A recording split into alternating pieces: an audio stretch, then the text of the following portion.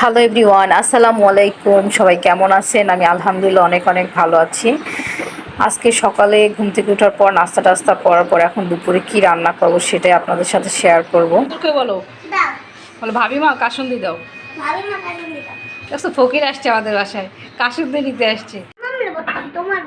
কাসুন্দিটা আমার, চিৎকার দাও, জোরে চিৎকার দাও।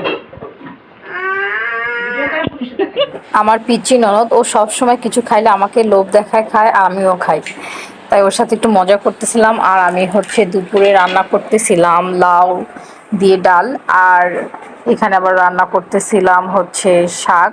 এটা লাউ শাক, সিম, আলু আর ধনিয়া পাতা দিয়েছি, বাগার দিয়েছি। ফার্স্টে সিদ্ধ করার পর পেঁয়াজ রসুন শুকনা মরিচ দিয়ে বাগার দিচ্ছি আর কি।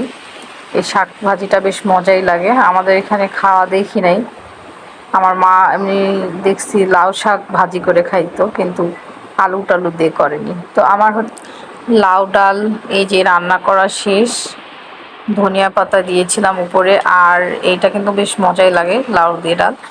আমার মাও রান্না করতো, আমার শাশুড়ি প্রায় রান্না করে এটা।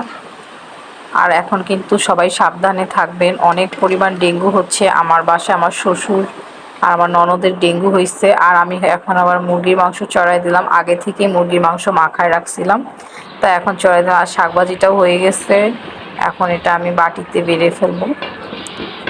আর এখন আমি শিং মাছ কলা দিয়ে, কাঁচকলা দিয়ে রান্না করতেছিলাম। এটা আমার ননদের জন্য, ওর ডেঙ্গু হয়েছে আর প্রচুর পরিমাণ কাশি হচ্ছে, খাইতে পারতেছিল না, তাই ঝাল টাল কম দিয়ে এটা রান্না করা হয়েছে। আর সাথে মুগ ডাল সিদ্ধ দিয়ে দিলাম। আর সব কিছু এই যে রান্না বান্না শেষ। আর আমি একটু পেয়ারা মাখা খাবো, তাই পেয়ারা মাখা খাচ্ছিলাম সবাই মিলে।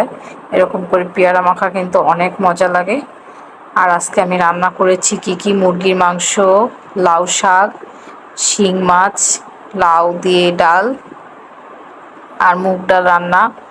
আর আগে আমি শাক ভাজি করেছি, এই যে শাক ভাজি। সবাই ভালো থাকবেন, আল্লাহ হাফেজ।